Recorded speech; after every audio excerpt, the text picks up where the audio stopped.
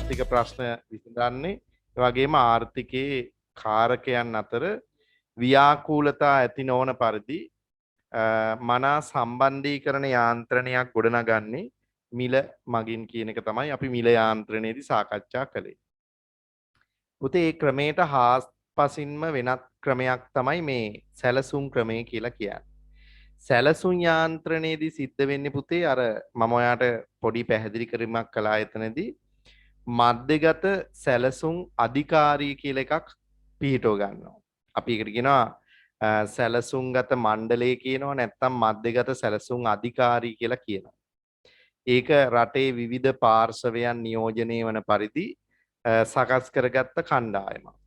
දැන් ලංකාවේ නම් පාර්ලිමේන්තුවේ ඉන්න මැති ඇමති ගොල්ල ජනාධිපති අගමැති ඒ සෙට් එක තමයි මේ මධ්‍යගත සැලසුම් අධිකාරියට වැටෙන්නේ. ඒතර මෙයාලා තමයි පුතේ මේ ආර්ථික සැලැස්ම කියලා එකක් සකස් කරනවා. හැම රටකම ඒ රජයේ මැදිහත් වෙලා ආර්ථික සැලැස්මක් හදනවා. වගේම ශ්‍රී ලංකාවෙත් මේ පාර්ලිමේන්තුවේ මැති ඇමති ගොල්ල එකතු වෙලා ආර්ථික සැලැස්මක් හදනවා. සාමාන්‍යයෙන් අවමයෙන් අවුරුදු 5ක වගේ කාලයකට තමයි අපේ ලංකාවේ සැලැස්ම හැදෙන්නේ. 5ක් හෝ ඊට වැඩි කාලයකට තමයි සැලැස්ම හදන්නේ. අවමයෙන් 5කටවත් සැලැස්ම හදන්න ඕන. ඉතින් මේ පැවති හැම රජයක්ම ආර්ථික සැලැස්මක් අනුව තමයි කටයුතු කරගෙන ආවේ. මහින්ද චින්තනය, ඊට පස්සේ යහපාලන ආර්ථික සැලැස්ම, දැන් සෞභාග්‍ය දැක්ම කියන ආර්ථික සැලැස්ම ඒ විදිහට ක්‍රියාත්මක වෙමින් යනවා. එතකොට මෙන්න මේ ආර්ථික සැලැස්මේ ක්‍රියාත්මක වෙන විදිහට නැත්නම් ආර්ථික සැලැස්මේ ඉදිරිපත් කරන විදිහට තමයි රටසතු හිඟ සම්පත් විකල්ප අතර බෙදා හැරීම, මූලික ආර්ථික ප්‍රශ්න විසඳා ගැනීම, ආර්ථික කාරක අතර සම්බන්ධීකරණයක් ඇති කිරීම කියන සියලු දේ කරන්නේ පුතේ මෙන්න මේ ආර්ථික සැලැස්ම මගින්. ඒ හින්දා තමයි අපි මේකට කියන්නේ සැලසුම් යාන්ත්‍රණය කියලා. ඒ කියන්නේ සැලැස්මකට අනුව සැලැස්මක් මත පදනම්ව මේ ආර්ථික ක්‍රියාවලිය සංවිධානය වෙලා තියෙන්නේ. ඒ වෙලාවට ගන්න ඕන තීරණ නෙමේ ආර්ථිකය තුල ක්‍රියාත්මක වෙන්නේ. සැලැස්මට අනුව තමයි කටයුතු වෙන්නේ. හැබැයි ඉතින් මේ සැලැස්ම විකෘති වෙන අවස්ථා තියෙනවා ආර්ථිකයේ විවිධ විශේෂ සිදුවීම් නිසා. සැලසුම් නොකළ දේවල් වෙන්න පුළුවන්. දැන් උදාහරණයක් කොරෝනා කියන ව්‍යසනයේ සැලසුම් කරපු එකක් නෙමෙයි. ගං වතුර, නියගය, සුලි කුණාටු එහෙම නැත්නම් සුනාමි මොනවා හරි ස්වභාවික ව්‍යසනයන් සැලසුම් කරපුවා නෙමෙයි. දැන් ඒ වගේ වෙලාවක අපි අර සැලැස්මට පිටින් ගිහිල්ලා යම් යම් දේවල් කරන්න වෙනවා. දැන් මේ දවස්වල කොරෝනා ව්‍යසනය ගොඩ දාගන්න ආර්ථික සැලැස්මේ වැඩසටහනක් නැහැ. මොකද සැලැස්මේ තිබ්බේ නැහැනේ කොරෝනා කියලා සිද්ධියක්. කොරෝනා තියෙද්දි ආණ්ඩුව බලයටපත් වෙනවා නම් අන්න ඒ වෙලාවේ සැලැස්මක් තියෙනවා. දැන් මෙයාලට නම් සැලැස්මක් තියෙන්න ඕනේ. මොකද මෙයාලා බලයටපත් වෙද්දිත් කොරෝනා රටේ තිබ්බ ඇත්තට. නේද? එතකොට සැලැස්මක් තියෙන්න ඕන. මොකද්ද මේ සැලැස්මට අනුව අරමුණු තියෙනවා. ඒ අරමුණු ළඟා කරගන්න අවශ්‍ය වෙන ක්‍රියාමාර්ග මොනවද කියන එක ඒ සැලැස්ම තුල අන්තර්ගත වෙන්න ඕන. කාලෙන් කාලයට මොනවද අපි ළඟා කරගන්නේ? ඒ සඳහා කරන වියදම්, ඒ සඳහා අවශ්‍ය ආදායම් කොහෙන්ද රැස් කරගන්නේ, කොහොමද ඒවා වියදම් කරන්නේ, ඒ පිළිබඳ සම්පූර්ණ සවිස්තරාත්මක වැඩසටහනක් ආණ්ඩුවට තියෙනවා. ඒකට තමයි අපි ආර්ථික සැලැස්ම කියන්නේ. ඒ සැලැස්ම අනුව කටයුතු කරන ආර්ථික ක්‍රමයක් තමයි මේ සැලසුම්ගත ක්‍රමය කියලා කියන්නේ. හරි ඒ නිසා අපි ඔයාගේ ඔය 17 වෙනි පිටුවේ තියෙනවා පුතේ උඩින්ම සැලසුම් යාන්ත්‍රණය කියන්නේ මොකක්ද කියන එක පිළිබඳ හැඳින්වීමක් දෙන්න. අන්න එතන අපි පොඩි වාක්‍යයක් ලියමු මෙහෙම. අපි ලියමු මධ්‍යගත සැලසුම් අධිකාරිය විසින් මධ්‍යගත සැලසුම් අධිකාරිය විසින්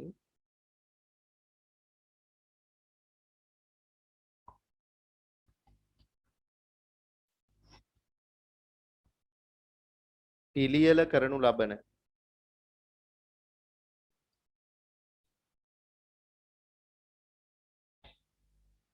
මධ්‍යගත සැලසුම් අධිකාරිය විසින් පිළියෙල කරනු ලබන ආර්ථික සැලැස්මක් මත පදනම්ව ආර්ථික සැලැස්මක් මත පදනම්ව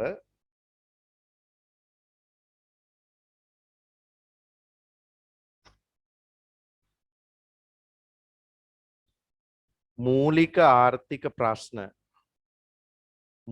ආර්ථික ප්‍රශ්න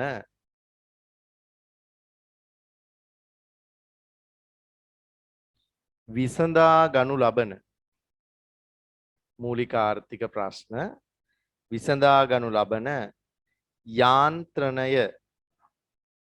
යාන්ත්‍රණය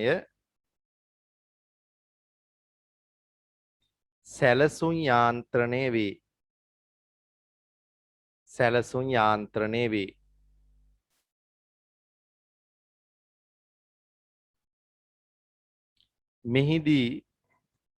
මෙහිදී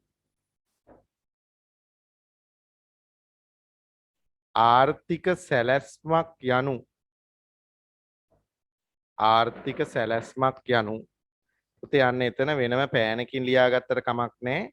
වෙනම ඡේදකින් අපි ආර්ථික සැලැස්මක් කියන්නේ මොකක්ද කියලා නිර්වචනය කරන්න යන්න. මෙහිදී ආර්ථික සැලැස්මක් යනු එතන ලියන නිර්වචනයේ වෙනම පෑනකින් කිසියම් කාලරාමුවක් තුල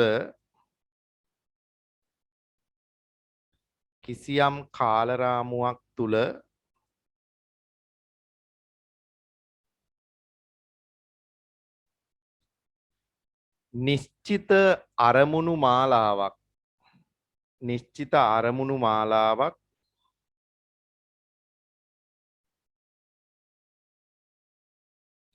සාක්ෂාත් කර ගැනීම සඳහා ඒ කියන්නේ ඉටු කර ගැනීම සඳහා නිශ්චිත අරමුණු මාලාවක් සාක්ෂාත් කර ගැනීම සඳහා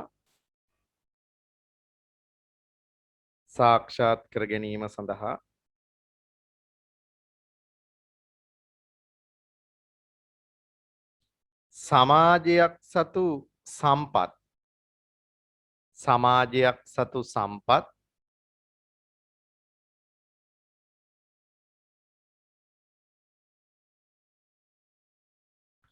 සංචලනය කරවීම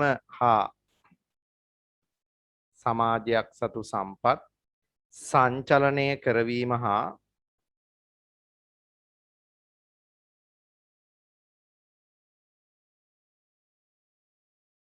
නිෂ්පාදන කටයුතු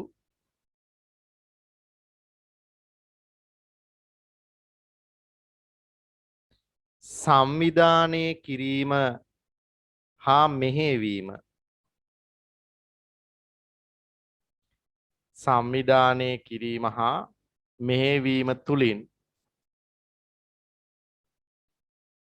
මෙහෙයවීම තුළින් නිෂ්පාදිත භාණ්ඩ හා සේවා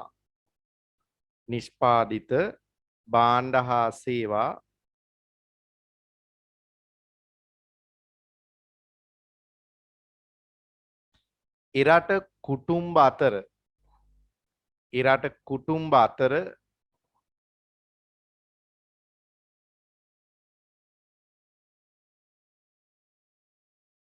බෙදා හැරීම යනාදී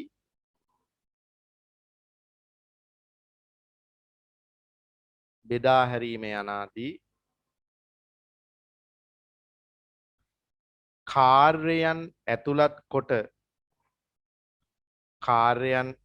කොට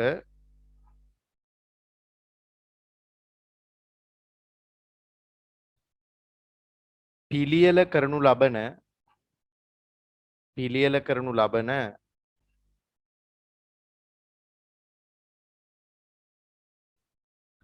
විස්තරාත්මක වැඩසටහනක්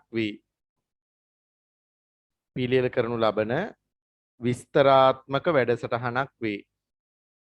පුතේ ඒක දීර්ඝ මේ නිර්වචනයක්. හැබැයි ඔයා පාඩම් කරන්න වෙනවා. මොකද ආර්ථික සැලැස්මක් කියන්නේ මොකක්ද කියලා අහපු තැන ඔයා විධිමත් නිර්වචනයක් ලබා දෙන්න ඕන. දැන් බලන්න මේ නිර්වචනය තුල අන්තර්ගත වෙනවා පුතේ අපි කියනවා ආර්ථිකයක් සතුව තියෙන කිසියම් සමාජයක් සතුව තියෙන හිඟ සම්පත් යොදාගෙන භාණ්ඩ හා සේවා නිෂ්පාදනය කිරීමත් ඒ නිෂ්පාදිත භාණ්ඩ හා සේවා එරට කුටුම්බ අතර බෙදා හැරීමක් කියන කාර්යයන් මනාව නැත්තම් සංවිධානය කර මෙහෙයවීම සිදු කරන විස්තරාත්මක වැඩසටහනක් තමයි ආර්ථික සැලැස්මක් කියලා කියන්නේ. පැහැදිලි කියන එක. පළවෙනි වාක්‍ය අපව කියනවා ඒකේ කිව්වේ පුතේ මෙහෙමයි. ආර්ථික සැලැස්මක් යනු දැන් මං එකපාරක් මේ නෝට් එක කියවන්නම් ලියපු නැති අය ඉන්න පුළුවන්. පොඩ්ඩක් අහගන්න. ඒ වගේම මේ අර නෝට් එක ලියලා දාන්න මම කිව්වා දැහැමි ඒ නෝට් එක ලියලා දාන්න. ගිය සතියේත් දාලා තිබුණා. නෝට් එක ලියාගන්න බැරි වෙච්ච දරුවන්ට නෝට් එක පිළිවෙලකට ලියාගන්න පුළුවන්. එතකොට සමහර අයට සිග්නල් ප්‍රශ්න තියෙනවා, කැඩි කැඩි ඇහෙනවා. එතකොට ගැටලු සහිත තැන් තියෙනකොට අර නෝට් එක කම්ප්ලීට් වෙන්නේ නැහැ. ඒ නිසා මම බලාපොරොත්තු වෙනවා නෝට් එක දිගටම දාන්න පුතේ. එතකොට ඒ ටික මම ගෲප් එකට දාන්නම්. ඔයාට පුළුවන් ඒක බලාගෙන ලියා ගන්න ඔයාගේ අඩුපාඩු හදා ගන්න. හරිනේ? රයිට්. එහෙනම් අපි ඊළඟ මාතෘකාවටම යමු. සැලසුම් ආර්ථික පද්ධතියක් විසින් මූලික ආර්ථික ප්‍රශ්න විසඳන ආකාරය. දැන් මම පුතාලා හොඳට අහගන්න. දැන් එතන ලොකු වැදගත් කාරණයක් කියලා දෙන්න යන්නේ. ඔයාට මතකද අපි වෙළඳපොළ ආර්ථික ක්‍රමයක මූලික ආර්ථික ප්‍රශ්න විසඳන විදිහ ඉගෙන ගත්තා. ඒ කියන්නේ කුමක් කොපමණ නිපදනවාද කියන ප්‍රශ්නයට වෙළඳපොළ ක්‍රමයේ උත්තර දෙන විදිහ අපි ඉගෙන ගත්තා. කෙසේ නිපදනවාද කියන ගැටලුවට වෙළඳපොළ ක්‍රමයේ උත්තර දෙන විදිහ අපි ඉගෙන ගත්තා. කා සඳහා නිපදනවාද කියන ප්‍රශ්නයට වෙළඳපොළ කොහොමද උත්තර දෙන්නේ කියලා අපි ඉගෙන ගත්තා. පාඩ මතක ඇති වෙළඳපොළ ක්‍රමයේ හැම වෙලේම උත්තර දුන්නේ මිල පදනම් කරගෙනනේ. පාඩ මම එක සැරයක් මතක් කළොත් මිල තමයි තීරණය කළේ කුමක් කොපමණ නිපදනවාද කියන ප්‍රශ්නයට උත්තරේ. භාණ්ඩයක මිල සෙසු භාණ්ඩවල මිලට වඩා වැඩි වෙනකොට ඒ භාණ්ඩේ ලාභදායීත්වය වැඩි. ඒතර ලාභයෙන් වැඩි භාණ්ඩ වැඩිපුර නිෂ්පාදනය කරන්න නිෂ්පාදකයාට සංඥාව ලබා දෙන්නේ මිල. ඒ වගේම මිල තමයි උදව් කරේ කෙසේ නිපදනවාද කියන ප්‍රශ්නේ විසඳන්න. නිෂ්පාදන ශිල්ප ක්‍රමයේ තීරණය කළේ ශ්‍රමයට ගෙවන වැටුපයි ප්‍රාග්ධනයට ගෙවන පොලියයි කියන සාධක මිල මත. අඩුම මිලක් තියෙන ලාභයෙන් වැඩිම නිෂ්පාදන සාධකය වැඩිපුර යොදා ගන්න තමයි වෙළඳපොළ ක්‍රමයට සාධක මිල ප්‍රයෝජනවත් උනේ. ඒ වගේම කා සඳහා නිපදනවාද කියන ප්‍රශ්නේදී රටසතු ආදායම එරට කුටුම්බ අතර බෙදිලා ගිහිලා තියෙන විදිහට අනුව තමයි නිෂ්පාදිත බෙදා හැරීම තීරණය වුණේ. එතනදී පුජ්‍යලයේ ආදායම තීරණය වෙන්නේ පුජ්‍යලයා සතු සම්පත් ප්‍රමාණයයි ඒ සම්පත්වල මිල මතයි. එතනත් එක සන්ධිස්ථානයක් මිල පදනම් වෙලා තියෙනවා. ඒ නිසා වෙළඳපොළ යාන්ත්‍රණේ මිල යාන්ත්‍රණයේදී හැම ප්‍රශ්නයකටම උත්තරේ සපයලා තියෙන්නේ මිල කියන කෙනා. ඒ වෙළඳපොළ ක්‍රමයේනේ. එතකොට සැලසුම් ක්‍රමයේ යටතේ අපි අද ඉගෙන ගන්න සැලසුම් ක්‍රමයේ යටතේ මූලික ආර්ථික ප්‍රශ්න විසඳන්නේ මොකක් මතද? පුතේ සැලසුම් ක්‍රමයේ යටතේ පැහැදිලිව දැනගන්න ඕන මූලික ආර්ථික ප්‍රශ්න සියල්ලට උත්තරේ දෙන්නේ මධ්‍යගත සැලසුම් මණ්ඩලය නැත්නම් මධ්‍යගත සැලසුම් අධිකාරිය විසින් හදපු සැලැස්මට අනුව. සැලැස්මේ කියලා තියෙනවා පුතේ මොනවද අපි මේ අවුරුද්දේ නිෂ්පාදනය කරන්නේ? කොච්චරක් නිෂ්පාදනය කරනවද? මොනවද යොදා ගන්න ශිල්ප ක්‍රමය? ශ්‍රමයද වැඩිපුර යොදාගන්නේ ප්‍රාග්ධනයද වැඩිපුර යොදාගන්නේ? ඒක සැලසුම් කරලා තිනවා මනා ලෙස. ඒ වගේම නිෂ්පාදිත භාණ්ඩ හා සේවා එරට කුටුම්බ අතර බෙදා හරින්නේ කොහොමද කියන එක සැලැස්මේ පිළිවෙලකට සැලසුම් කරලා වැඩ පිළිවෙලක් හදලා තියෙනවා. ඒ අනුව තමයි නිෂ්පාදිත බෙදා හැරීම සිද්ධ වෙන්නේ. ඒ නිසා සැලසුම්ගත ආර්ථික ක්‍රමයක ප්‍රශ්න තුනටම උත්තරේ දෙන්නේ පුතේ සැලැස්මේ තියෙන විදිහට. ලාභයේ පැත්තකින් තියලා මිල ගණන් පැත්තකින් තියලා සැලසුම් ක්‍රමය යොදාගෙන සුබ සාධනයේ උපරිම වන අයුරින් රට සතු සම්පත් උපරිම පළදාවෙන් උපයෝජනය වන අයුරින් තමයි අපි හැම ප්‍රශ්නයකටම උත්තරේ තෝරගන්නේ සැලසුම් ක්‍රමයේ යටතේ. ඒ හින්දා අපි කියනවා මධ්‍යගත සැලසුම් මණ්ඩලය හදපු සැලැස්ම තමයි මේ ප්‍රශ්න සියල්ලටම උත්තර හොයලා තියෙන්නේ. හරි අපි ලියාගමු එතන පුතේ පළවෙනි ප්‍රශ්නේ ඔයාගෙන් අහනවා කුමක් කොපමණ නිපදනවාද කියන ප්‍රශ්නේ. එතන අපි උත්තරේ එහෙනම් ලියාගමු මේ විදිහට. මේවා ඔයාට පාඩම් කරන්න වෙනවා. මොකද ඔයාගෙන් අහලා තියෙනවා මේ ආර්ථික ක්‍රම දෙක යටතේ මූලික ආර්ථික ප්‍රශ්න විසඳන විදිහ. දැන් වෙළඳපොළ ක්‍රමය මම විස්තරාත්මකව කියලා දුන්නා ඔයාට. මේ අපි එන්නේ සැලසුම් ක්‍රමයේ යටතට. හරි ලියා ගන්න පළවෙනි ප්‍රශ්නට උත්තරේ හදන විදිය මධ්‍යගත සැලසුම් අධිකාරිය විසින්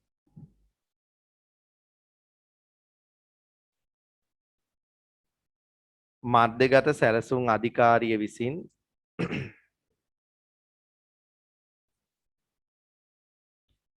පිළියෙල කරනු ලබන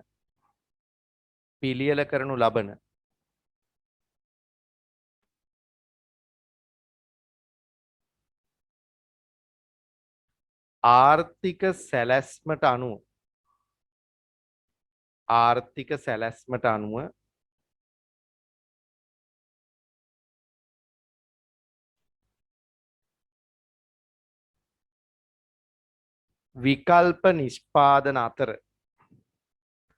විකල්ප නිෂ්පාදන අතර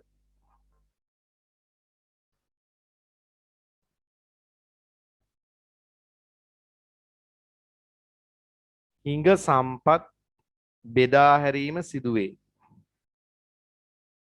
විකල්ප නිෂ්පාදන අතර හිඟ සම්පත් බෙදා හැරීම සිදුවේ. මෙහිදී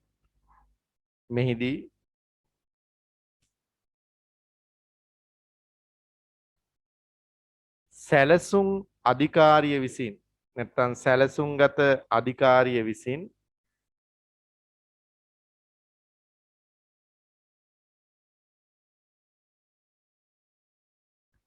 නිෂ්පාදන ඒකක වෙත ලබා දෙන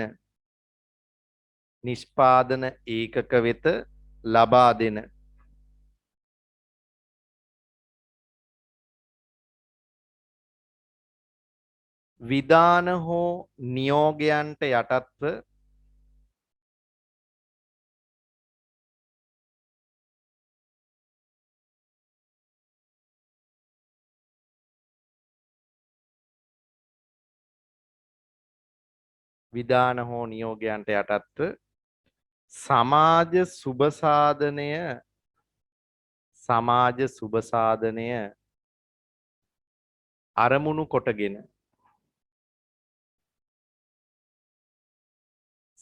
සුබසාධනය අරමුණු කොටගෙන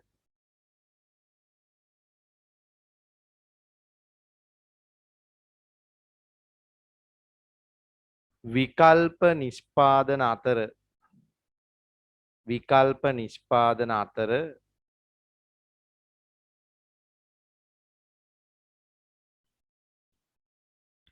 හිඟ සම්පත් බෙදා හැරීම සිදු කරයි.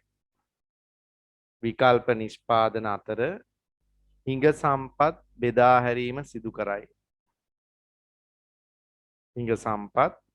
බෙදා හැරීම සිදු කරයි. හරිනේ? right. අපි දෙවෙනි ප්‍රශ්නේ ගැන හිතමු පොඩ්ඩක්. කෙසේ නිපදනවාද කියන ප්‍රශ්නේ.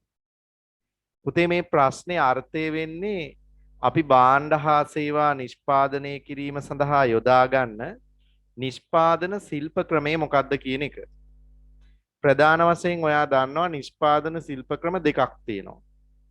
එකක් තමයි ශ්‍රම සූක්ෂම ශිල්ප ක්‍රමය, අනිත් එක ප්‍රාග්ධන සූක්ෂම ශිල්ප ක්‍රමය. දැන් වෙළඳපොළ ආර්ථිකයක නම් දරුවනේ ලාභයේ පදනම් කරගෙන තමයි ශිල්ප ක්‍රමය තීරණය කරන්නේ ආයතනයේ විසින්. එතනදී ලාභදායීත්වයෙන් වැඩිම ශිල්ප ක්‍රමය තමයි වෙළඳපොළ ක්‍රමය තෝරගන්නේ. එතනදී ලාභයේ තීරණය කරන්නේ සාධක මිල අනුව. ඒ කියන්නේ ශ්‍රමයට ගෙවන වැටුපහ ප්‍රාග්ධනයට ගෙවන පොලිය කියන දෙන්න සංසන්දනය කරලා බලලා අඩුම මිලක් තියෙන අඩුම පිරිවැයක් සහිත ලාභදායිත්වයෙන් වැඩිම ශිල්ප ක්‍රමය තමයි වෙළඳපොළ ක්‍රමය විසින් තෝරගන්නේ. ඒ වෙළඳපොළ ක්‍රමය. හැබැයි පුතේ මතක තියාගන්න සැලසුම් ආර්ථික ක්‍රමයක ලාභයට මුල් තැන දීලා ශිල්ප ක්‍රමය තීරණය කරන්නේ. එතනදී සැලසුම්කරුව බලන්නේ රටේ තියෙන අතිරික්ත සම්පත් වැඩියෙන්ම තියෙන්නේ මොනවද කියලා හොයන්න. වැඩිපුරම තියෙන ශ්‍රමය නම් ශ්‍රමය අතිරික්තයේ තියෙනවා නම් ඒ වැඩියෙන් තියෙන ශ්‍රමය උපයෝජනය කරන විදිහට ශ්‍රම සූක්ෂම ශිල්ප ක්‍රම කරා වැඩි නැඹුරුතාවයක් දක්වන. දැන් ඔයා හිතන්නකෝ විරැකියා ප්‍රශ්නයක් රටේ තියෙන්නේ කියලා. ඒ කියන්නේ අතිරික්ත ශ්‍රමයේ ඉන්නේ. එහෙනම් ආණ්ඩුව ඒ වෙලාවේ ප්‍රාග්ධන සූක්ෂම ශිල්ප ක්‍රම නෙමෙයි හඳුන්වා දෙන්න ඕන. අර අතිරික්ත ශ්‍රමය උපයෝජනය කරන්න ප්‍රයෝජනයට ගන්න ශ්‍රම සූක්ෂම ශිල්ප ක්‍රම තමයි සැලසුම්ගත ක්‍රමයේ විසින් ක්‍රියාත්මක කරන්නේ. ඒ හින්දා ලාභයේ පැත්තකින් තියලා ශ්‍රම සූක්ෂම ක්‍රමේ භාවිතා කරනවා. සමහරට ප්‍රාග්ධන සූක්ෂම ක්‍රමේ ලාභ වෙන්න පුළුවන්. හැබැයි ලාභයට වඩා සැලසුම් ක්‍රමේ අරමුණ වෙන්නේ සුබ සාධන පරමාර්ථය. විරැකියාව කියන ප්‍රශ්නෙට උත්තර හොයන එක තමයි සැලසුම් ක්‍රමේ අරමුණ වෙන්නේ. මම එක උදාහරණයක් කියන්නම්. දැන් බලන්න රාජ්‍ය ව්‍යවසායන් බොහෝමයක ගත්තාම පුතේ පරිගණක තාක්ෂණය වගේ ඒවා භාවිතා කිරීමේ අඩුකමක් ඔයාට පේනවා ඇති. දැන් බාඩි ඉස්කෝලේක වුණත් හැමදේම ගුරුවරු අතින් ලියන්න ගොඩාක් පෙළඹවීමක් තියෙනවා. නේද? ඒ කියන්නේ ප්‍රාග්ධනය අඩුවෙන් භාවිතා කරලා තියෙනවා. ශ්‍රමය තමයි වැඩිපුර භාවිතා කරලා තියෙන්නේ රාජ්‍ය ව්‍යවසායන් වල. දැන් අපි රාජ්‍ය දෙපාර්තමේන්තුවකට එහෙම ගියපුවාම මිනිස්සු තමයි පේන තෙක් මානක විශාල වශයෙන් ඉන්නේ. යන්ත්‍රෝපකරණ අඩුයි. හැබැයි ඒ දේම කරන පෞද්ගලික අංශයේ ව්‍යාපාරයකට ගියොත් එතන පුතා යන්ත්‍රෝපකරණ වැඩි ශ්‍රමිකයෝ අඩුවෙන් පේනවා ඔයාලට. ඒ කියන්නේ එයාලා යොදාගන්නේ ලාභදායී ක්‍රමය. හැබැයි ආණ්ඩුව යොදාගන්නේ ලාභදායී ක්‍රමය නෙවෙයි රටට අවශ්‍ය ක්‍රමය. ඒ කියන්නේ රටේ ශ්‍රම අතිරික්තයක් තියෙනවා නම් විරැකියාව පිළිබඳ ප්‍රශ්නයක් රටේ උද්ගත වෙලා තියෙනවා නම් ඒකට විසඳුම් හොයන එක තමයි ආණ්ඩුව කරන්නේ. ඒ සඳහා යෝග්‍ය ශිල්ප ක්‍රමයක් තමයි රජයේ භාවිතා කරන්නේ. ඔන්න ඕක තමයි පුතේ කෙසේ නිපදනවාද කියන ප්‍රශ්නයට ආණ්ඩුව උත්තර දෙන විදිය. හරි. අපි ලියාගමු එහෙම. ලියන්න. විධානගත ආර්ථිකයක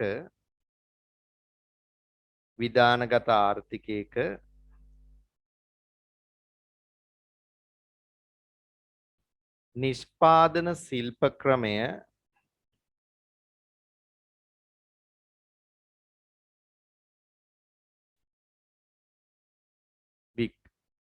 නිෂ්පාදන ශිල්ප ක්‍රමය තීරණය කරනු ලබන්නේද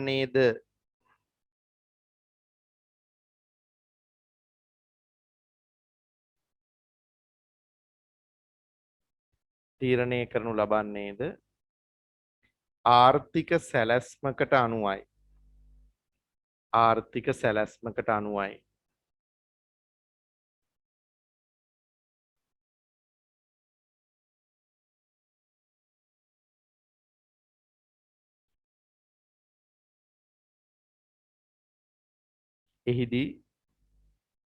එහිදී රට සතුව පවත්නා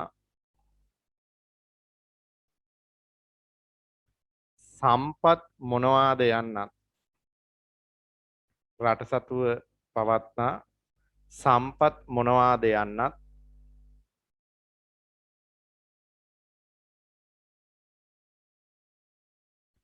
විකල්ප නිෂ්පාදන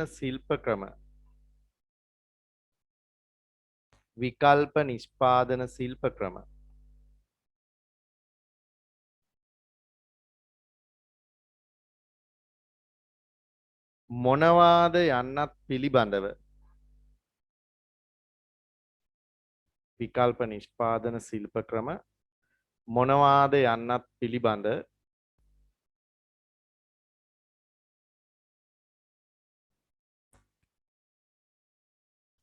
සවිස්තරාත්මක තොරතුරු සවිස්තරාත්මක තොරතුරු සවිස්තරාත්මක තොරතුරු සැලසුම්ගත අධිකාරිය වෙත සැලසුම්ගත අධිකාරිය වෙත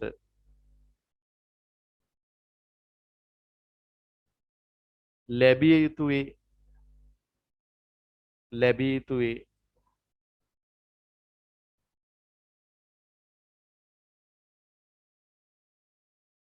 එමගින්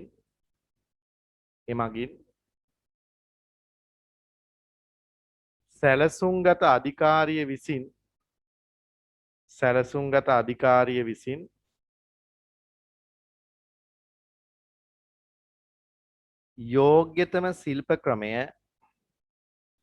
යෝග්‍යතම ශිල්ප ක්‍රමය තීරණය කරනු ලබයි. සැලසුම්ගත අධිකාරිය විසින් යෝග්‍යතම ශිල්ප ක්‍රමය තීරණය කරනු ලබයි. ඒ කියන්නේ රටට අවශ්‍ය දේ එයාලා තමයි තීරණය කරන්නේ.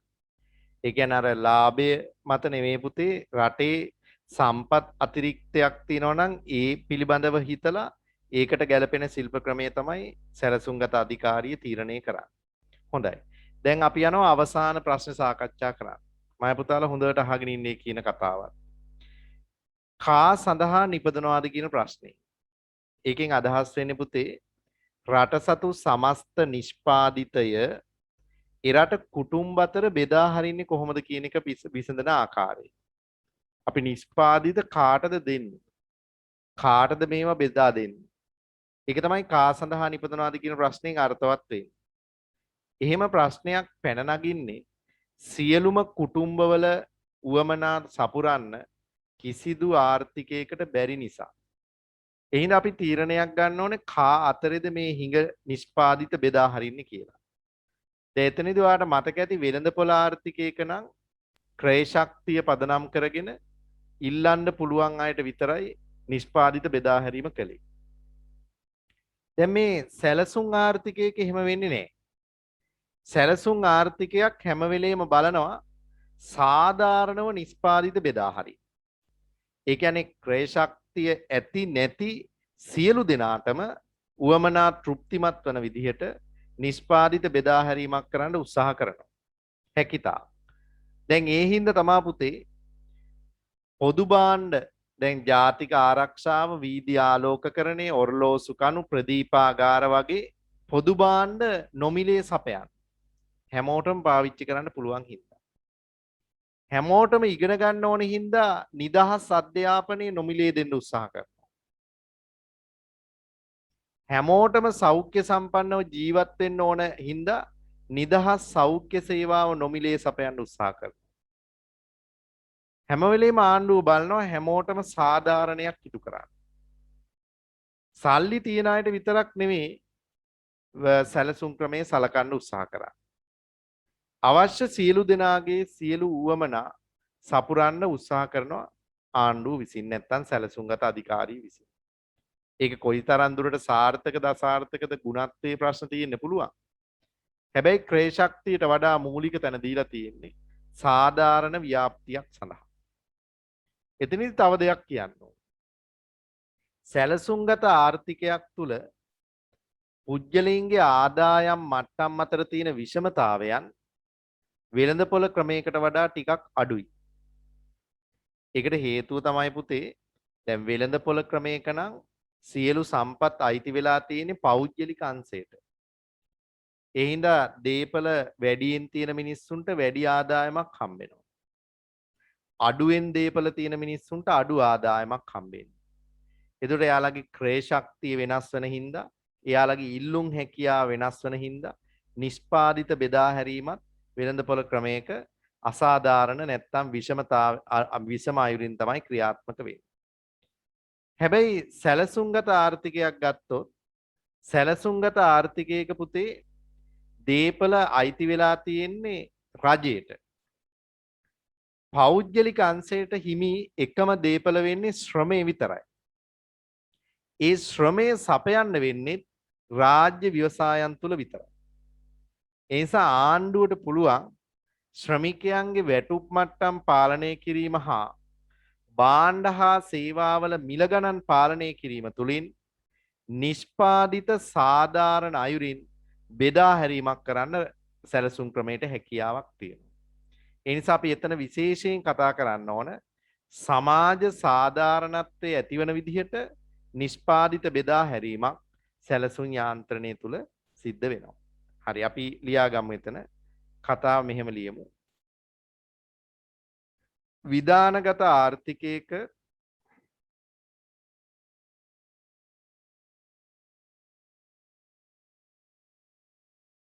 විධානගත ආර්ථිකයක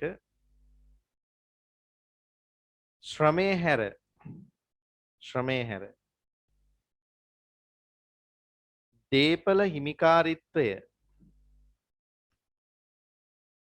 දේපල හිමිකාරිත්වය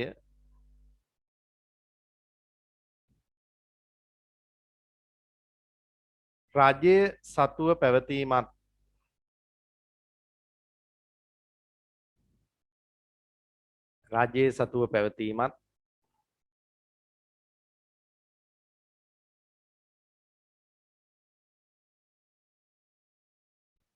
රාජ්‍ය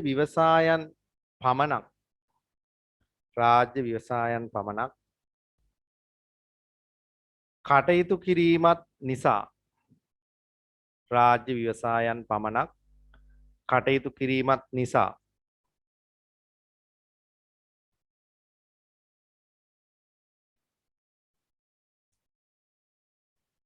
ශ්‍රමිකයන්ගේ වැටුප් මට්ටම හා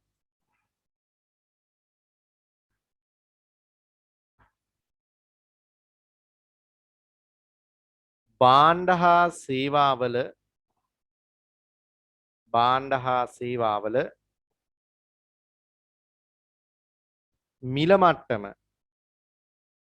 මිල මට්ටම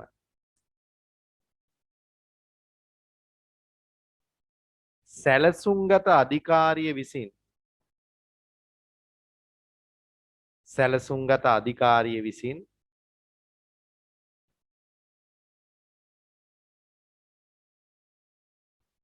කල්තියා පාලනය කිරීම මගින්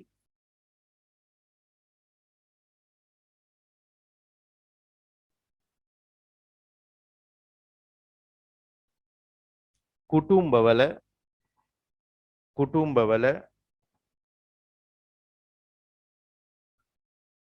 ආදායම් ව්‍යාප්තියේ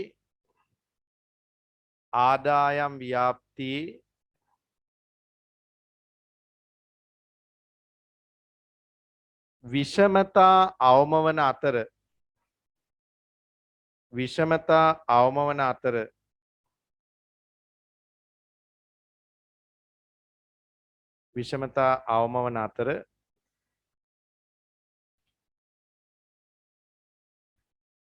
සාධාරණ අයුරින්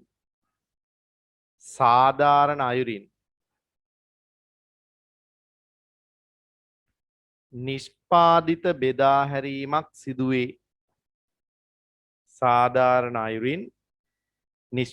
බෙදා හැරීමක් සිදුවේ. හරි. ඕක තමයි පුතේ සැලසුම් ක්‍රමයක මූලික ආර්ථික ප්‍රශ්න විසඳන ස්වභාවය. ඒ තුන පිළිබඳ හොඳ දැනුමක් තියෙන්න ඕන, හොඳ මතකයක් තියෙන්න ඕන. මං හිතනවා ඔයාලා පාඩම් කරයි කියලා උගන්වුවට පස්සේ. හරි දැන් අපි යන්න හදන්නේ පුතේ මේ සැලසුම් ආර්ථික ක්‍රමයකත් අවසාන කොටස් වලට යන්න. අද දවසේ මං සැලසුම් ක්‍රමයක් ඉවර කරනවා. ඊට පස්සේ මං අර විභාග ප්‍රශ්න වලට යනවා වෙළඳ පොළ ආර්ථිකයකට අදාළව. ඊළඟ සතියේ මම මේ ටියුට් එක ඉවර කරනවා. ලබන සතියෙන් පස්සේ මේ නිබන්ධනය අවසන් වෙනවා. එතකොට ඔයාගේ මේ ඒකකේ ඉවරයි. ඊට පස්සේ මම ඔයාට ටියුට් එකක් දෙනවා නිෂ්පාදන හැකියා ආදර්ශය කියන පාඩමට අදාළව. ඒක ගන්න ඔයා මේ මාසේ 12 වෙනිදා පොළොන්නරුවේ තිනෙත් ආයතනයට එන්න ඕන. හිඟුරක්ගොඩට එන්න ඕන 13 වෙනිදා. 14 වෙනිදා මැදිරිගිරියට එන්න ඕන. ඒ පහසු තැනකින් ඔයාට ඇවිල්ලා ඒ ටියුට් පන්ති ගාස්තු ගෙවීම හා ටියුට් ලබා ගැනීම කරන්න පුළුවන්. එතනදී කලින් මාසේ දීපු ටියුට් ගත්තේ නැති දරුවෝ හිටියොත් ඒවත් ඔයාට අරගෙන යන්න පුළුවන්. අනිවාර්යයෙන්ම එන්න ඔයා එදාට සමහර ළමයි ගෲප් ක්ලාස් හරි දාගන්න අවශ්‍යතාවයක් තියෙන ළමයි ඉන්න පුළුවන්. ඒ අයටත් එදාට ඇවිල්ලා අපිත් එක්ක කතා කරගන්න පුළුවන්. ඒ නිසා හැමෝම අනිවාර්යෙන් ඒ දවසට එන්න. හරි? රයිට්. එහෙනම් අපි යමු පුතේ සැලසුම්ගත ආර්ථික පද්ධතියක වාසි හා අවාසි බලන්න. ඔයා වෙළඳපොළ ආර්ථිකයකත් වාසි අවාසි සාකච්ඡා කළානේ ඔයාට මතක ඇති. වෙළඳපොළ ක්‍රමයක තියෙන යහපත් තත්ත්වයන් හා අයහපත් තත්ත්වයන් අපි සාකච්ඡා කළා ඊයේ දවසේ. ඒ වගේම පුතේ මේ සැලසුම් ආර්ථික ක්‍රමයක වාසි නැත්තම් යහපත් පැත්ත හා අයහපත් පැත්තක් තියෙනවා. ඔන්න බලන්නකෝ එකින් එක මම කියලා දෙනවා ඔයාට මේවා වැටහෙනවද කියලා. වාසි වලට යමුකෝ අපි ඉස්සල්ලාම. පළවෙනි වාසිය ඔයාට දීලා තියෙනවා ආර්ථික සැලැස්මකට අනුව කටයුතු කරන බැවින් අනාගතයේ පිළිබඳ නිවැරදි දැක්මක් පැවතීම. ඒක හරි නේද පුතේ? දැන් අපි සැලැස්මක් තිබුණොත් නේද අනාගතයේ වෙන්නේ මොකද්ද කියලා හරියට කියන්න පුළුවන්. දැන් අපි ගෙයක් හදාගෙන යනවා සැලැස්මක් නැතුව. හැදෙන්නේ මොන වගේ ගෙයක්ද කියලා අපිට කලින් කියන්න පුළුවන්. බෑ. හිතුනහම මෙතන කාමරයක් දානවා, මෙතන ආයි টয়ලට් එකක් දානවා, ආයි බාත්රූම් එකක් දානවා, ආයි මෙතන කාමරයක් දානවා. එක එක විකාර ඇඩ් කර කර ගේ හදාගෙන යනවා. අවසානට අපි දන්නේ කොහින් මොන වගේ ගෙයක් හැදෙයිද කියලා හැදෙන්න කලින් කියන්න බෑ. හැබැයි අපි එහෙම නැන්නේ. අපි ගෙයක් හදද්දි ඉස්සල්ලාම සැලැස්මක් හදනවා. දැන් නම් තාක්ෂණයේ දියුණු හින්දා දැන් සැලැස්ම හදද්දි ත්‍රිමාන රූපයක් දෙනවා ඔයා හදන ගේ. ඒ කියන්නේ ඔයා ගේ හදන්න කලින් ඇත්තටම ඔයාගේ ගේ බලා ගන්න ඔයාට පුළුවන්. එතනදී ඔයාට අවශ්‍ය වෙනස්කම් කරලා ඒ වෙලාවෙම තීරණ අරගෙන සියලු දේ මැච් කරලා ගේ හදාගෙන ප්ලෑන් එක ගහගෙන ඇවිල්ලා අදාළ ප්ලෑන් එකට අනුව නිවස සම්පූර්ණ කරගන්න පුළුවන්. අපි දන්නවා ගේ හැදෙන්න කලින් මොන වගේ ගෙයක්ද හැදෙන්නේ කියලා. අන්න ඒ වගේ තමයි ආර්ථික සැලැස්මක් අනුව කටයුතු කරද්දී අපිට කියන්න පුළුවන් මෙන්න මේ අවුරුදු 5 ඉවර වෙද්දී අපේ රට කොතනද තියෙන්නේ කියලා. හැබැයි මේ සැලැස්ම හරියට ක්‍රියාත්මක වුණොත් අතරමඟදී මොනවා හරි වෙනස්කම් වුණොත් අපිට මේ සැලසුම් අක්‍රිය වෙන්න පුළුවන්. නැත්තම් ප්‍රතිඵලත් ඒ විදිහටම වෙනස් වෙන්න පුළුවන්. ඒ කෙසේ වෙතත් සැලසුම් ක්‍රමයක වාසියක් අනාගත දැක්මක් සහිතව කටයුතු කරන්න පුළුවන්. දෙවෙනි වාසිය ස්වාර්ථයේ වෙනුවට පොදු යහපත පිණිස තීරණ ගැනීම නිසා අන්න එතන මේ තුන්වෙනි කාර්ය නෙමෙයි දෙවෙනි එකේම අඩු කොටස ඊළඟට වැටලා තියෙන්නේ. ස්වාර්ථය වෙනුවට පොදු යහපත පිණිස තීරණ ගැනීම නිසා ක්‍රේශක්තිය අහිමි හොඳට බලන්න. ක්‍රේශක්තිය අහිමි පාර්ශවයන්ගේ පවා උවමනා තෘප්තිමත් වීම. ඔව්. දැන් සැලසුම් ක්‍රමේදී මම දැන් මේ ටිකට කලින් කියලා දුන්නා. සැලසුම් ක්‍රමේදී ලාභය ගැන නෙවෙයි හිතන්නේ සුබ සාධනය ගැන. එතකොට අර ක්‍රේශක්තිය නැති මිනිස්සුන්ට භාණ්ඩ පරිභෝජනය කිරීමේ අවකාශය සැලසුම් ක්‍රමයේ ලැබෙනවා. දුප්පත් මිනිස්සුන්ටත් ඉගෙන ගන්න පුළුවන්. දුප්පත් මිනිස්සුන්ටත් බෙහෙත් ගන්න පුළුවන්. සල්ලි නැති අයට ජීවත් වෙන්න අවශ්‍ය මූලික අවශ්‍යතා සපුර ගන්න සැලසුම් ක්‍රමේ උදව් වෙනවා. නමුත් වෙළඳපොළ ක්‍රමේදී වා දැක්කා සල්ලි තියන අයගේ උවමනා විතරයි වෙළඳපොළෙන් තෘප්තිමත් වෙන්නේ. සල්ලි නැත්තම් වෙළඳපොළෙන් සපයන්නේ නැහැ. ඊළඟ වාසිය තරඟකාරීත්වයක් නොමැති නිසා තරඟයේ තුලින් සිදුවන පාරිභෝගික සූරාකෑම් අඩුවීම. පුතේ ඇතැම් විට අපි තරඟයේ හොඳ පැතිත් තියෙනවා නරක පැතිත් තියෙනවා. දැන් තරඟයේ හොඳ පැත්තක් තමයි ගුණත්වය තත්ත්ව පාලනයේ නැත්තම් ගුණත්වයේ පිළිබඳ අපිට හොඳ පැත්තක් ගොඩනැගෙනවා තරඟයේ තියෙනවා නම්. මොකද තරඟයේ වැඩි වෙන්න තරඟකරුවන් අතර ඉදිරිපත් කරන භාණ්ඩවල ගුණත්වය වැඩි වෙනවා. එක එක අභිබවා යන්න. තරඟයක් නැති තැන අන්න ගුණත්වය හා තත්ත්ව පාලනය පිළිබඳ ගැටලු වෙන්න පුළුවන්. හැබැයි තරඟයේ අවාසිදායක පැතිත් තියෙනවා. මොකක්ද ඒ? තරඟයේ වැඩි වෙනකොට සමහර අය පාරිභෝගිකයෝ රවට්ටන්න බලනවා. දැන් උදාහරණයක් ප්‍රචාරණය වගේ දේවල් වලින් වෙලා තියෙන එක. දැන් තරඟයත් එක්ක තමයි ප්‍රචාරණේ දියුණු වෙලා තියෙන්නේ. අවසානට ප්‍රචාරණ උපක්‍රම වලින් පාරිභෝගිකයන් නොමග යවනවා. පාරිභෝගිකය අහු වෙනවා සමහර ඒවාට. දැන් බලන්න සමහර ක්‍රීම් වර්ග වලට එහෙම නේද? ඇඩ්වර්ටයිසින් කරද්දී පුතේ ක්‍රීම් එකක් ගන්න මේ එන කැත මිනිස්සු යොදා ගන්නෑ. සල්ලි ගෙවලා හොඳ ලස්සන නළු නිලියෝ නේද? රූප ස්වභාවයේ තියෙන මිනිස්සු තමයි ගන්න. ඉතින් අපේ මිනිස්සුන්ට අපේ මෝඩ මිනිස්සුන්ට ඕක තේරෙන්නේ නැහැ. එයාලා හිතාන ඉන්නේ අර ක්‍රීම් එක ගාලා තමයි මේ සුදු වෙලා නැත්තම් මේ ලස්සන වෙලා තියෙන්නේ කියලා. මොන පිස්සුද? ඒ මිනිස්සු උපන් හැටියේ. ඉතින් ගිහිල්ලා උලනවා මොනවා හරි සල්ලි දීලා ඇවිල්ලා ඊට පස්සේ ටික වෙලාවක් ටික දවසක් යද්දී ඔන්න හොරි දාලා මූණෙත් එක්ක ගෙඩි දාලා රතු වෙලා නේද? ඔන්න ලෙඩ ඊට පස්සේ. ඉතින් ඒ නිසා වකුගඩු හිටන් දිය වෙනවා. දැන් ඔය ගොඩාක් ක්‍රීම් වර්ග පෙරෙන්නේ ශරීරය ඇතුලේ වකුගඩු වල. වකුගඩු දිය වෙනවා ඊට පස්සේ. දැන් අපි දන්නේ නැතුණාට ක්‍රීම් වල හානි ඒ පැත්තට. ඊට පස්සේ පිළිකා හැදෙනවා. අපි අහු වෙලා ඉන්නේ නේ. අපි වෙනස් වෙන්න අර ප්‍රචාරණයට අහු වෙලා ඉතින් අපි දැන් බලන සමහර කිරි වර්ග දැන් අතිශය කිරි ඔය පිටි කිරි බොන එක සම්පූර්ණ අහිත කරයි. මේදය වැඩි වෙනවා ඊට පස්සේ සීනි වලට එනවා ඊට පස්සේ කොලෙස්ටරෝල් හැදෙනවා ඒ ඔක්කොටම හේතු. හැබැයි ඒවට ඇඩ්වර්ටයිසින් වලට යොදාගන්නේ කවුද බලන්න? එක්කෝ ඔයා දන්න ජනප්‍රිය නළුවේ නිලියා. නැත්තම් ක්‍රීඩකේ. නේද? එයාලා ඔයා බලන්න දැන් සනත් ජයසූරිය බොන්නේ. මහේල ජයවර්ධන නැත්තම් සංගක්කාර බීලා පෙන්නන්නේ ඒ කිරි එක. නැත්තම් නළුවෙක් බීලා පෙන්නන්නේ. නිලියා. ඉතින් ඔයා හිතනවා මුම් බොනවා නම් අපි බිව්වහම මොකද කියලා. ඔයාට මතක නැහැ මේක ඇඩ් එකක් කියලා. අන්න ඒ වගේ සිද්ධියක් තියෙන තරංගය තුලින්. ඒ නිසා තරංගයේ වැඩි වෙද්දී පාරිභෝගිකයා සූරා කෑමක් වෙන්නත් පුළුවන්. ඒ පැත්තෙන් බලද්දී සැලසුම් ආර්ථික ක්‍රමයක තරංගයක් නැහෙනි. දැන් රජයේ පාසල් අතර තරංගයක් නැහැ. රජයේ රෝහල් අතර තරංගයක් නැහැ. රජයේ ආයතන අතර තරංගයක් නැහෙනි පුතා. ඒ තරංගේ නැති හින්දා පාරිභෝගික සූරා කෑමක් වෙන්නේ නැහැ. හරි. ඒ තමයි වාසි. ඊළඟට අවාසි ගොඩක් තියෙනවා හැබැයි. ඒකයි මේ සැලසුම් ක්‍රමය අසාර්ථක වෙලා තියෙන ලෝකේ. දැන් අපි කිව්වා සැලසුම් ආර්ථික ක්‍රමය අත්හරිනවා මිනිස්සු. ඒවයින් අත්හැරලා වෙළඳපොළ ක්‍රම වලට තමයි මිනිස්සු ගිහිල්ලා තියෙන්නේ. දැන් ඔයාලට මතක ඇති මං ඊයේ කියලා දුන්නා අර බ්‍රික්ස් කියන රටවල් පහ. ඒ රටවල් හැම එකම මුලින් තිබ්බේ සැලසුම් ක්‍රමය. ඒවා අසාර්ථක නිසා ඒවා අත්හැරලා තමයි වෙළඳපොළ ආර්ථික ක්‍රම බවට යාලා පරිවර්තනය වෙලා තියෙන්නේ. එහෙනම් ලෝකේ දැන් ගමන් කරන්නේ පුතේ සැලසුම් කරන දිශාවට නෙමෙයි. වෙළඳ පොළ ක්‍රමයේ පැත්තට තමයි ලෝකය දැන් ගමන් කරමින් ඉන්නේ. පැහැදිලිද කියන එක? හරි බලා ගන්නකො අවාසි මං කීපයක් දෙනවා හැමෝම බලා ගන්න. මොනවද මේ අවාසි?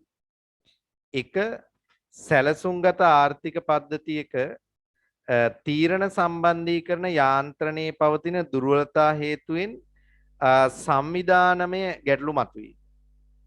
ඒ කියන්නේ තීරණ සම්බන්ධීකරණ යාන්ත්‍රණයේ ගැටලු තියෙනවා ඇත්තටම. සැලැස්මක් අනුව කටයුතු කරද්දී පුතේ දැන් ඉහළින් පහළට නියෝග විධාන දෙන්නේ. දැන් පාර්ලිමේන්තුවේ ගන්න තීරණ ගමේ පාලම හදන එකේ තීරණ ගන්නේ සමහරට පාර්ලිමේන්තුවේ. එතකොට මේ තීරණය එතෙන්ට යන්න සෑහෙන කාලයක් යනවා.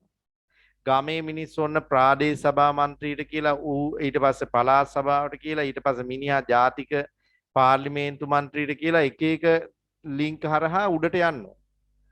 ඒ මිනිස්සු තීරණයක් අරගෙන එනකොට මෙහි මිනිස්සු කීප දෙනෙක් මැරිලත් ඉවරයි. සම්බන්ධීකරණ ප්‍රශ්නයක්. රාජ්‍ය ආයතනයක විදුලි බල්බ් එකක් ගියත් ඒෂණයෙන් දාන්නේ නැහැ. සමහරට ඒකට එකවුන්ටන්ට්ගෙන් අවසර අරගෙන නේද එන අර ප්‍රොසීඩි එකට ඇවිල්ලා විදුලි බල්බ් එක දාගන්න.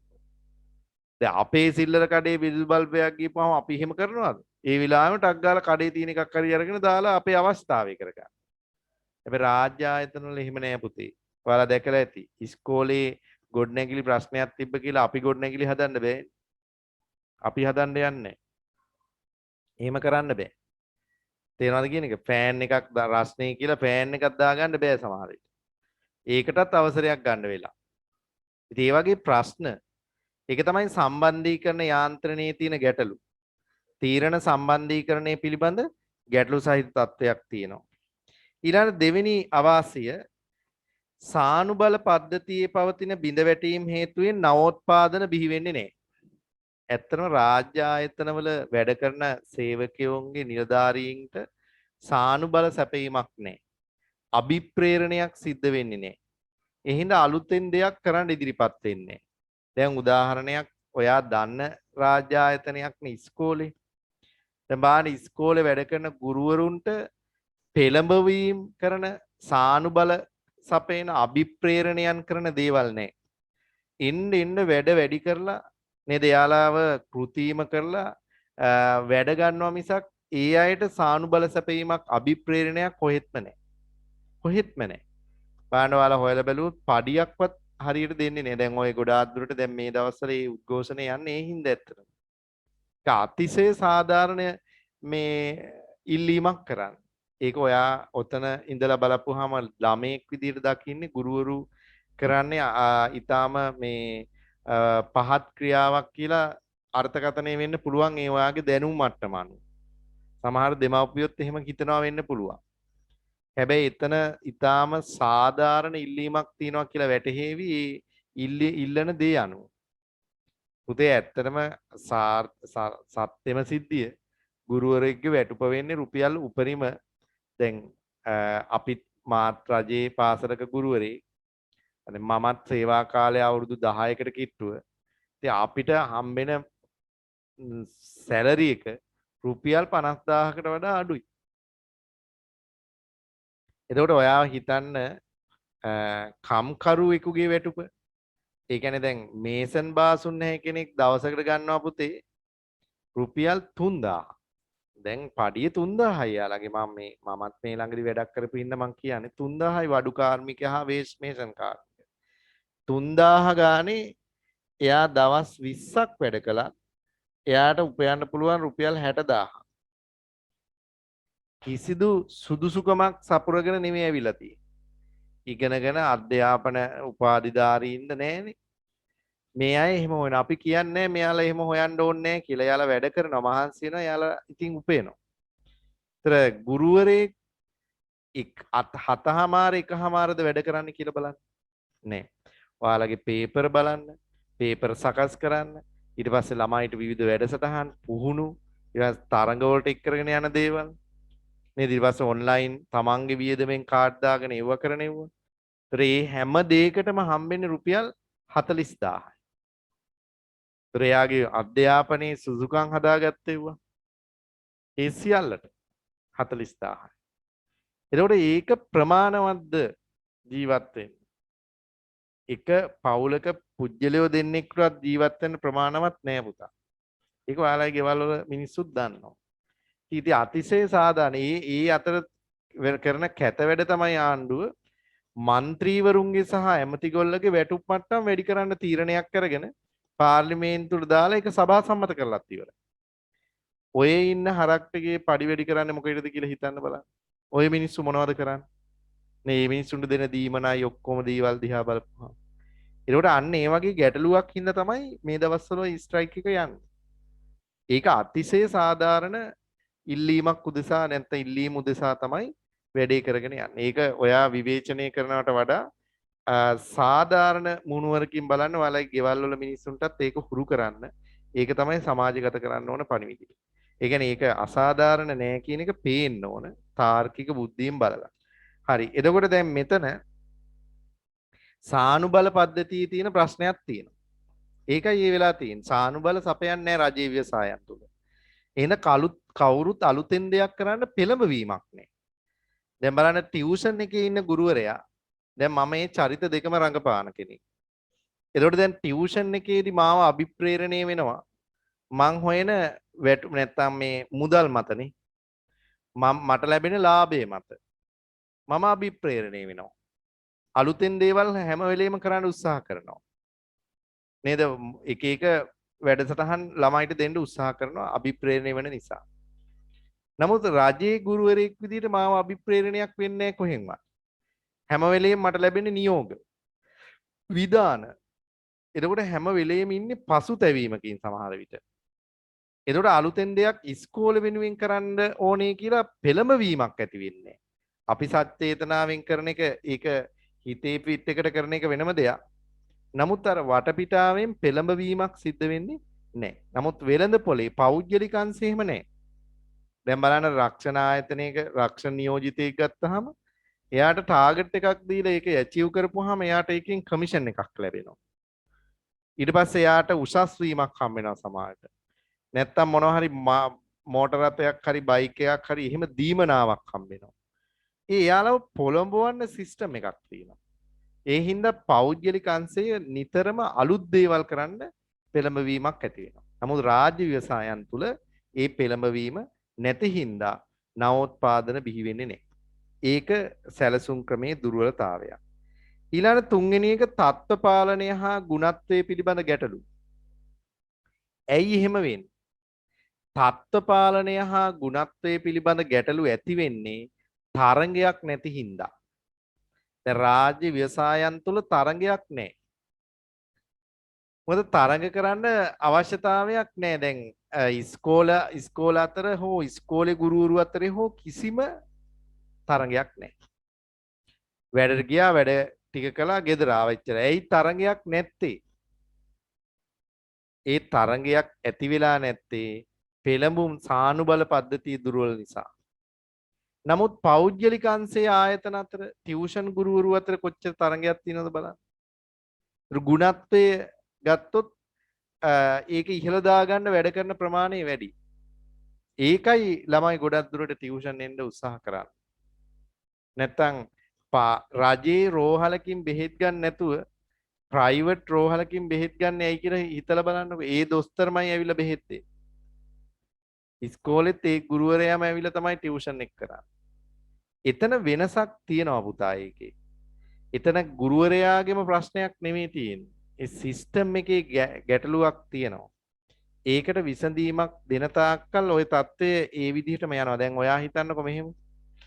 ගුරුවරයෙකුට රුපියල් ලක්ෂයක් දෙකක් පඩියක් දීලා එයාලගේ ප්‍රතිඵල විශ්ලේෂණය තුලින් ඇගයීම් කළා එයාලට පඩි වැඩි කිරීම ඒව කළා නම් ටියුෂන් කියලා જાතියක් හැදෙන්නේ නැහැ ඇත්තටම. ඊට පස්සේ එයාට අභිප්‍රේරණය වෙන්න සාධකයක් තියෙනවනේ. හිතන්නකො ළමයි සියලු දෙනාම පාස් කළොත් ඔයාගේ පඩි අපි දෙගුණ කරනවා. ඒ මිනිස්සු කොහොම හරි මහන්සිලා දිවා රැ වෙහෙසි වැඩ කරලා අලුත් දේවල් කරලා එතෙන් එනවනේ පුතේ. එහෙම වුණා නම් කාටද වාසිය වෙන්නේ? ළමයිට සහ දෙමව්පියන්. ඇයි? ටියුෂන් යන්න ඔච්චර වියදම් කරන්න ඕනේ නැහැ. අධ්‍යාපනයේ එතෙන්ද වියදම් නොකර ඔයාලට බදු ගෙවීම විතරයි කරන්න තියෙන්නේ. දැන් මොකද වෙලා තියෙන්නේ? දැන් රටේ මිනිස්සුන්ට එක පැත්තකින් රජයේ පාසල් නඩත්තු කරගෙන යන්න බදු ගෙවන්න වෙලා තමන් මිලට ගන්න භාණ්ඩ හා සේවා වලින් හා උපයන ආදායම. අනිත් පැත්තෙන් ඉස්කෝලේ වැඩේ වෙන්නේ නැති හින්දා ටියුෂන් යන්නත් වෙලා. වියදම් දෙකක් අද දරනවා. නමුත් ඉස්කෝලේ ගුරුවරයාට සානුබල පද්ධතිය සකස් කරලා ඔහුව දිරිගන්වන විධිමත් වැඩසටහනක් හදලා ප්‍රතිඵල ඉහළ නංවන වැඩසටහනක් හැදුවොත් ටියුෂන් යන්න ඕනේ නැහැ. ඒකේ වාසිය තියෙන්නේ දෙමාපියන්ට සාමාන්‍ය ජනතාවට ළමයිට.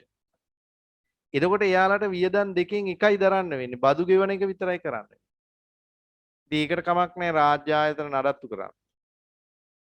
එතකොට ආන් එතන තර්ක කරලා ඉගෙන ගන්න එකයි ඉගෙන ගන්නවා කියන්නේ අපි. පැහැදිලිද? එහෙම නැතුව පෞද්ගලීකරණයට විරුද්ධ වෙන්නයි. ඒ වගේ ගොන් මතධාරීන් වෙන්න හොඳ නැහැ.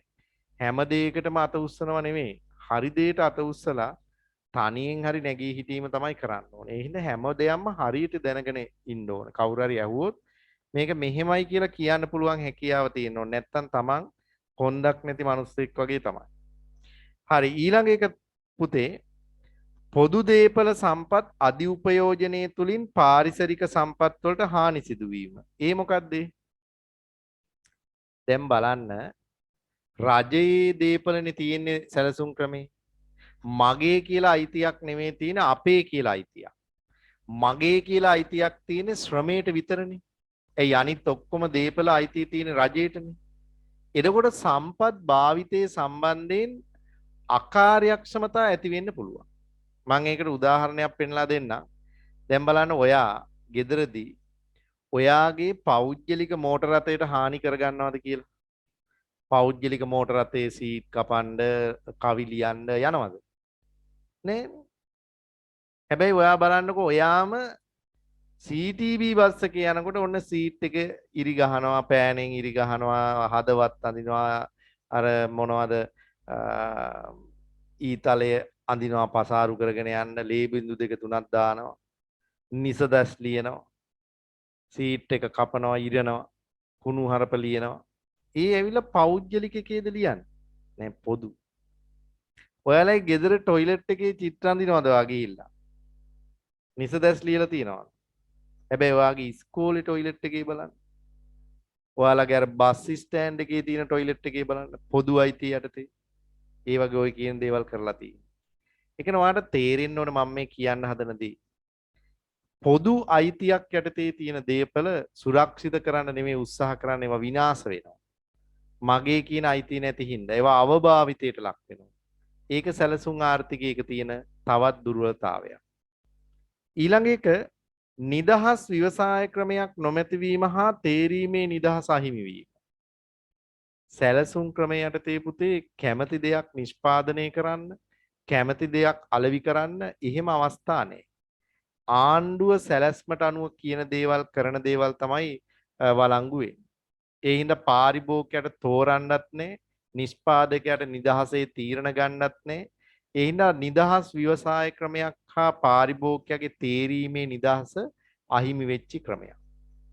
ඊළඟට තරංගයක් නොමැති නිසා ගුණත්වයෙන් උසස් නිෂ්පාදන බිහි නොවීම. ඒක අපි කිව්වා තත්ත්ව පාලන ගුණත්වයේ ගැටලු තියෙනවා කියලා. නිලධාරීවාදයේ ඉස්මතු වීම නිසා ඉහළින් පහළට නියෝග ලබා දෙන ක්‍රමයක් වීම. අන්න ඒක තවත් දෙයක්. නිලධාරීවාදයක් තියෙන රාජ්‍ය අංශය තුල නිලධාරීවාදයේ තියෙන. මොකද්ද පුතේ මේ නිලධාරීවාදය කියන්නේ? නිලධාරීවාදය කියලා කියන්නේ තමන්ගේ තනතුරෙන් ඉදිමිලා ඉන්නේ. නිලයට ගරු කරන්න වෙනවා. එතන කවුද ඉන්නේ කියන එක නෙමෙයි වැදගත් වෙන්නේ. සමහරට ඔයාටත් වඩා මැටි මෝඩ මිනිහෙක් තමයි උඩ ඉන්නේ. හැබැයි නිලේ ඉන්නේ මේ මිනිස්සයා. ඒතර අපි ගරු කරන්න වෙලා තියෙන්නේ මිනිස්සයාට නෙමෙයි නිලේට. එතන ප්‍රශ්නයක්. දැන් බලන්නකෝ උදාහරණයක්. ඇමති වෙලා ඉන්න කෙනා 8 වසරටවත් ඉගෙනගෙන නැහැ. හැබැයි පොර තමයි ඇමති. ඒතර විදුහල්පති විභාගෙත් පාස් උපාධිධාරී හැබැයි ඇමති වෙනකොට නැගිටිනවා. ඒතර මොකක්ද ඒ බලන්නකෝ ඒක තමයි නිලධාරීවාදය කියන්නේ. හැබැයි ඔයා මතක තියාගන්න පෞද්ගලික අංශේ එහෙම බෑ. පෞද්ගලික අංශයේ ආයතනවල ඉහළට යන්න එහෙම බෑ.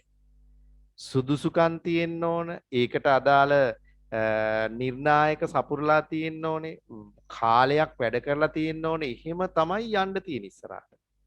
ඒතර හරිම කෙනා තමයි උඩ ඉන්නේ. ආයේ මේ උඩින් ගෙනලා දාපු අය නෑ.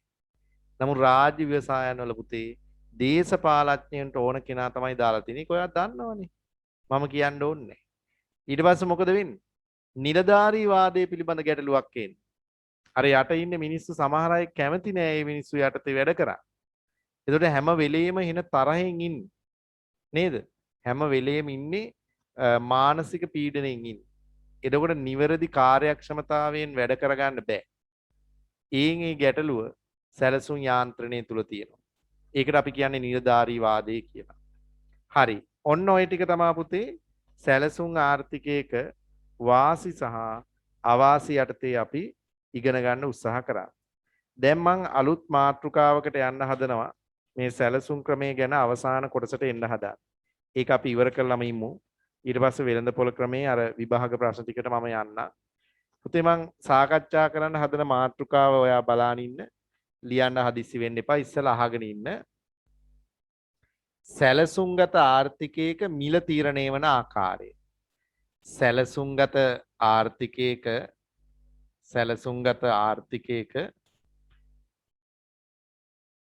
මිල තීරණය වීම. දැන් ඔයාට මතක් වෙන්න ඕන වෙළඳපොළ ආර්ථිකයක නම් මිල තීරණය වෙන්නේ කොහොමද පුතේ?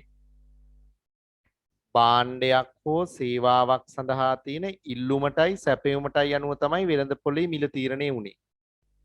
ඔයාට මතක නැත්නම් අපි ප්‍රස්ථාරයක් ඇඳලා පෙන්වුවේ මේ තියෙන ඉල්ලුම් වක්‍රය, මේ තියෙන සැපයුම් වක්‍රය, මේ දෙන්න ඡේදනය වෙන තැන තමයි පුතේ මිල කියන කෙනා තීරණය වුනේ. ඒක අපි දෙවෙනි පාඩමේදී කතා කරනවා ඉල්ලුම් සැපයුම් විග්‍රහය යටතේ.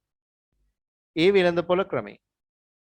නමුත් මතක තියාගන්න සැලසුම් ආර්ථිකයක මිල කියන කෙනා රජයේ සැලසුම් මණ්ඩලය විසින් කෘත්‍රිමව තීරණය කරනවා මිසක් මේ විදියට ඉල්ලුම් සැපයුම් බලවේග අනුව ස්වයංක්‍රීයව තීරණය වෙන්නේ නැහැ. ආණ්ඩුවේ සැලසුම්ගත අධිකාරිය තමයි තීරණය කරන්නේ මේ භාණ්ඩේ කීයටද විකුණන්නේ. කීයටද මේ මිලට ගන්න. ඒක සැලැස්මකට අනුව අර සැලසුම්ගත මණ්ඩලයේ තීරණය කරන දෙයක්. සමහර භාණ්ඩ තියෙනවා නිකම් විකුණනවා. සමහර භාණ්ඩ තියෙනවා පිරිවැයට සමාන මිලකට විකුණනවා. ලාභත් නැහැ පාඩුත් නැහැ. සමහර භාණ්ඩ තියෙනවා පාඩු පිට විකුණනවා. ඒක තීරණය කරන්නේ පුතේ රජයේ අර සැලසුම්ගත මණ්ඩලය. පැහැදිලිද කියන එක? එතනදී මේ සැලසුම්ගත අධිකාරිය විසින් කෘත්‍රිමව තීරණය කරන මිල ප්‍රධාන ප්‍රභේද දෙකක් තියෙනවා. එකක් තමා පුතා තොග මිල. අනිත් එක සිල්ලර මිල. මේ බලන්නකෝ. තොග මිලයි සිල්ලර මිලයි කියලා සැලසුම්ගත අධිකාරිය තීරණය කරන මිල ප්‍රභේද දෙකක් තියෙනවා. මෙතනදී තොග මිල කියලා කියන්නේ සැපයුම් කරුට ගෙවන මිල. සැපයුම් කරුට ගෙවන මිල තමයි තොග මිල කියලා අදහස් කරන්නේ. සිල්ලර මිල කියලා අදහස් කරන්නේ ගැනුම් කරු අය කරන මිල. ගැනුම් කරුගෙන් අයවන මිල. ඒ කියන්නේ මේ දෙක අතර වෙනසක් තියෙනවා. දැන් වෙළඳපොළ ආර්ථිකයක නම් මේ දෙක අතර වෙනසක් නැහැ. මේ මිලම තමයි විකුණුම් කරුට ලැබෙන්නේ ගැනුම් කරු ගෙවිත්තෙත් මේ ඉල්ලුම් සැපයුම් බලවේග මත තීරණය වන මිලමයි. ඒ වෙළඳපොළ ක්‍රමයනේ. නමුත් සැලසුම් ක්‍රමේදී පුතේ සැපයුම් කරුට ගෙවන මිල නෙවෙයි ගැනුම් කරුගෙන් අපි අය කරන්නේ.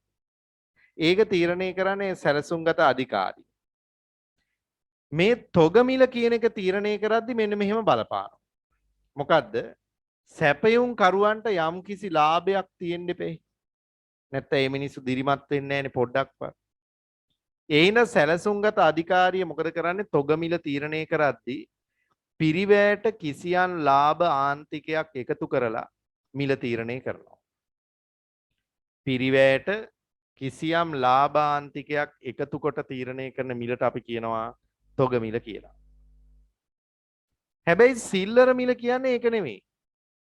සිල්ලර මිල කියන්නේ පාරිභෝගිකයා ගෙවිය යුතු මිල. පාරිභෝගිකයාගෙන් අය කරන මිල. එතනදී සිල්ලර මිලේ ප්‍රභේද කීපයක් තියෙන්න පුළුවන්. සමහර භාණ්ඩ නිෂ්පාදකයාට ලාභයක් ලැබෙන මිලක් තීරණය කළාට පාරිභෝගිකයට නිකන් හම්බෙන අවස්ථා තියෙනවා. උදාහරණයක් අපි ගත්තොත් පෞද්ගලික නැත්නම් රජයේ රෝහලෙන් ලබා දෙන වෛද්‍ය සේවාව, පාසලෙන් ලබා දෙන අධ්‍යාපන සේවාව ළමයිට නොමිලේ දෙන්න. සිල්ලර මිල බිඳුවයි. හැබැයි ඒවා සපයන අයට ගෙවීමක් රජය කරනවා. වෛද්‍යවරුන්ට, ගුරුවරුන්ට නේද? ඒ හෙදියන්ට ගුරු සහායක විදුහල්පති ඒ නිලධාරීන් ඔක්කොටම ආණ්ඩු ගෙවනවා. එතනදී තොග මිලක් තියෙනවා. හැබැයි පාරිභෝගිකයන්ට නිකන් හම්බෙන්නේ. අන්න එක උදාහරණයක් මම ඔය කියලා දුන්නා. ඊළඟට සමහර සිල්ලර මිල තියෙනවා පුතේ පිරිවැයට සමාන මිලක් අය කරන අවස්ථා. ලාභයක් නැතුව ගිය වියදම විතරක් පාරිභෝගිකයගෙන් ගන්න මිල තීරණය කළා තියෙනවා. ඒකට තියෙන හොඳ උදාහරණ තමයි පුතා විදුලි ගාස්තු, ජල ගාස්තු වගේ ඒවා තීරණය කළා තියෙන්නේ පිරිවැයට සමාන. ඇත්තටම විදුලි වල මණ්ඩලයටවත් ජල සම්පාදන මණ්ඩලයටවත් ලාභ නැහැ. ඔය අය කරන මිල පිරිවැයට සමාන මිලක් වගේ එකක් තමයි අය කරන්නේ. සමහර අවස්ථාවල පිරිවැයටත් වඩා අඩු මිලක් අය කරනවා. අලාභ සහිතව විකුණනවා. ඒකට හොඳ උදාහරණයක් තමයි දුම්රිය සේවාව. දුම්රිය දෙපාර්තමේන්තුව අලාභ ලබන්නේ ගාස්තු අඩු නිසා. බස් ගාස්තු වලට සාපේක්ෂව දුම්රිය ගාස්තු ඊටාම පහළ මට්ටමක තියෙනවා. හේතුව ආණ්ඩුවට ඕනේ මිනිස්සුන්ට සහනයක් දෙන්න. ඒ හින්දා අඩු මිලක් තමයි යා තීරණය කළා තියෙන්නේ. එහෙනම් දැන් ඔයාට වැටහෙන්න ඕන පුතේ මම මේ කියපු කාරණේ ඇතුලේ ලොකු දෙයක් තියෙනවා. සැලසුම්ගත ආර්ථිකයක මිල කියන කෙනා තීරණය වෙන්නේ නෑ ඉබේ. රජයේ තීරණය කළ යුතුයි කෘතිමව. ඒක තීරණය කරන්නේ කොටස් දෙකකින්. තොග මිල හා සිල්ලර මිල කියලා. තොග මිල කියලා කියන්නේ නිෂ්පාදකයාට ගෙවිය යුතු වන මිල. සිල්ලර මිල කියලා කියන්නේ පාරිභෝගිකයාගෙන් අය කළ යුතු වන මිල. මේ දෙක අතර වෙනසක් තියෙන්න පුළුවන්. නිෂ්පාදකයාට ගෙවිය යුතු මිල අපි තීරණය කරන්නේ පිරිවැයට කිසියම් ලාභ කොටසක් එකතු කරලා. සිල්ලර මිල කියන එක පාරිභෝගිකයාගෙන් අය කරන මිල එක්කෝ නොමිලේ ලබා දෙන්න පුළුවන් නැත්නම් පිරිවැයට සමාන මිලක් අය කරන්න පුළුවන් නැත්නම් පිරිවැයට කිසියම් ලාභ කොටසක් එකතු කරලා මිල නියම කරන අවස්ථා තියෙනවා. ඔන්න ඔය තුන තමයි අපි ඉගෙන ගන්න ඕන. හරි එහෙනම් අපි පොඩි නෝට් එකක් දාගමු. ඉස්සරලාම බලා ගන්න ඔයාගේ ටියුට් එකට යන්න. ඒකේ මාතෘකාව දීලා තියෙනවා සැලසුම්ගත ආර්ථිකයක මිල තීරණය වන ආකාරය. එතන මෙහෙම ලියන්න. සැලසුම්ගත ආර්ථික පද්ධතියක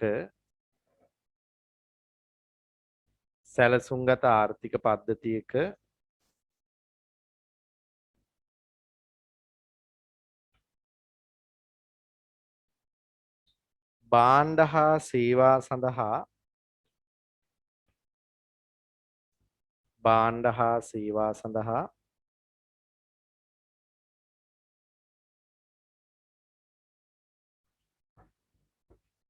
අදාළ වන මිල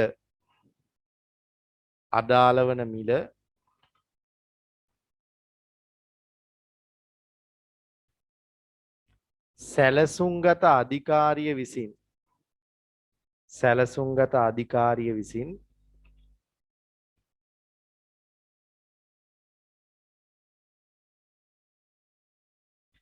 කෘතිමව නියම කරනු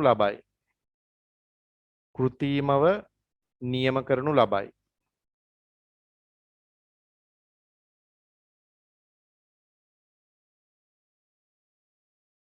එනම්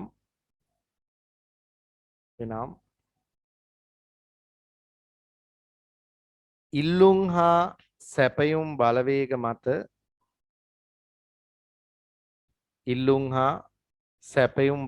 මත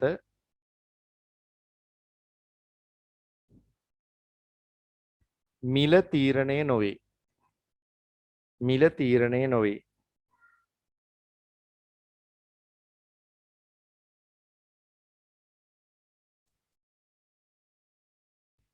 මෙහිදී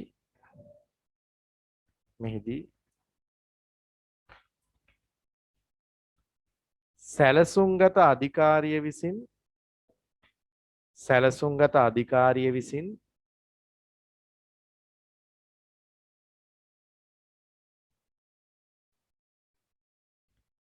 තීරණය කරනු ලබන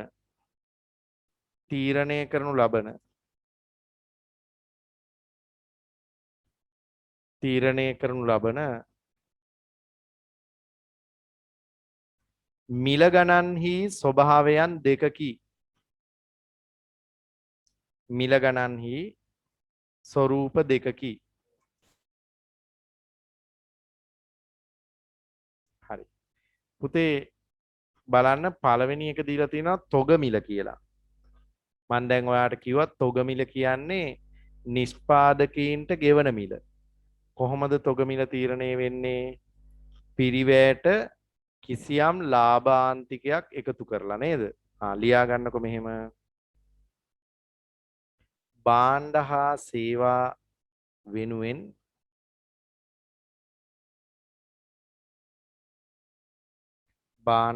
සේවා වෙනුවෙන්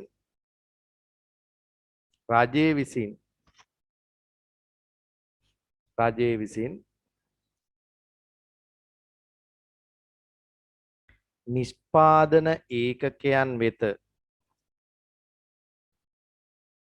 නිෂ්පාදන ඒකකයන් වෙත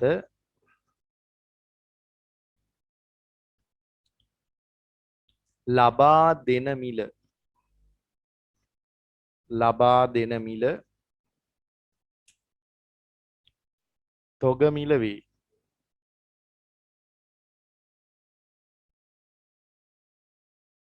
තොග මිල වේ.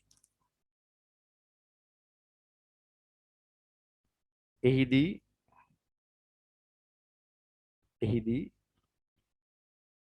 පිරිවැයට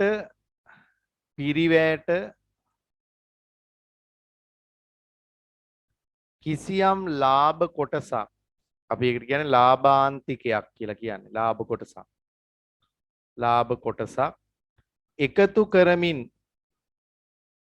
එකතු කරමින් තොග මිල තීරණය වේ. තොග මිල තීරණය වේ.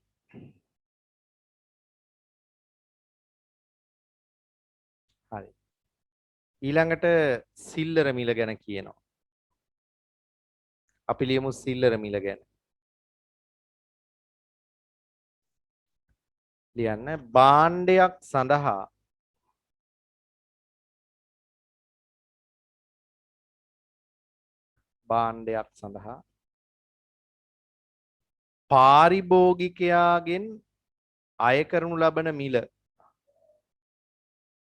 පාරිභෝගිකයාගෙන් අය කරනු ලබන මිල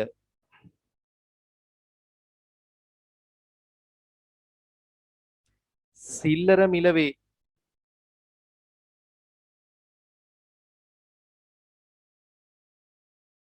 සිල්ලර මිල වේ. එහිදී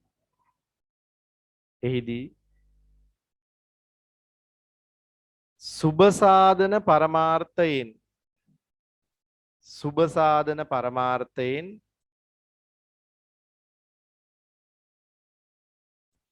ඇතැම් භාණ්ඩ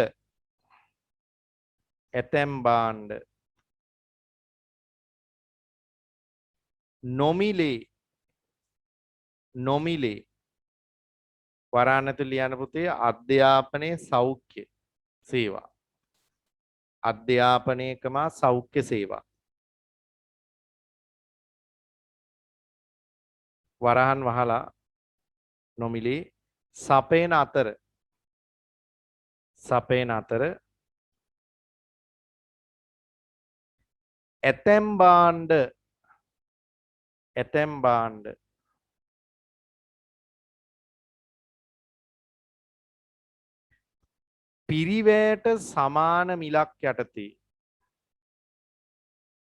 පිරිවැයට සමාන මිලක් යටතේ එතන දාන පුතේ විදුලි බලය ජල සම්පාදනය වගේ ඒවා නැත්නම් ජලය විදුලිය වගේ ඒවා පිරිවැයට සමාන මිලකට වරහන් වහලා සපයන අතර ඇතැම් භාණ්ඩ අධික මිලක් යටතේ අන්න එතන වරහන් ඇතුළේ ලියන්න අධික මිලකට සපයන්නේ පුතේ අනවශ්‍යම දේවල් සහ සුඛෝපභෝගී දේවල්. වරහන් ඇතුළේ ලියන්න මත්පැන්, දුම්වැටි, මෝටර් රථ, විදුලි උපකරණ වගේ ඒවා. මත්පැන්, දුම්වැටි, මෝටර් රථ, විදුලි උපකරණ. එක පැත්තකින් සමහර භාණ්ඩ එතන තියෙනවා අනවශ්‍යයි, අවගුණ ස්වභාවයේ. සමහර භාණ්ඩ තියෙනවා සුඛෝපභෝගී. ඉතින් සල්ලිකාරයෝනේ ගන්නෙ. ඒ හින්දා වැඩි මිලක් අය කරාට කමක් නැහැ. හරි? වරහන් වහලා අධික මිල ගණන් යටතේ අලෙවි කිරීම සිදු කරයි. නැත්තම් සපයනු ලබයි. ඒක තමයි පුතේ සිල්ලර මිලයි තොග මිලයි අතර තියෙන වෙනස ඔය කියලා දුන්නේ.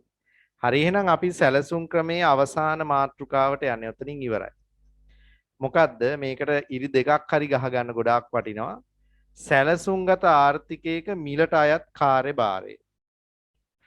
සැලසුම්ගත ආර්ථිකයක මිලට අයත් කාර්යභාරය. ඔන්න වරද්ද ගන්න එපා. වෙළඳපොළ ආර්ථිකයක මිලට අයත් කාර්යයන් 3ක් කියලා දුන්නා. සංඥා සැපීම, හිඟ සම්පත් සලාකණය කිරීම, සානුබල සැපීම කියලා කාර්යයන් තුනක් කියලා දුන්නා. ඒ තුන ලියන්න එපා සැලසුම්ගත ආර්ථිකයක මිලට අයත් කාර්යයන් අහපු තැන. සම්පූර්ණයෙන් වැරදි. සැලසුම්ගත ආර්ථිකයක මිල මගින් සංඥා සපයන්නේ නැහැ. මිල මගින් සානුබල සපයන්නේ නැහැ.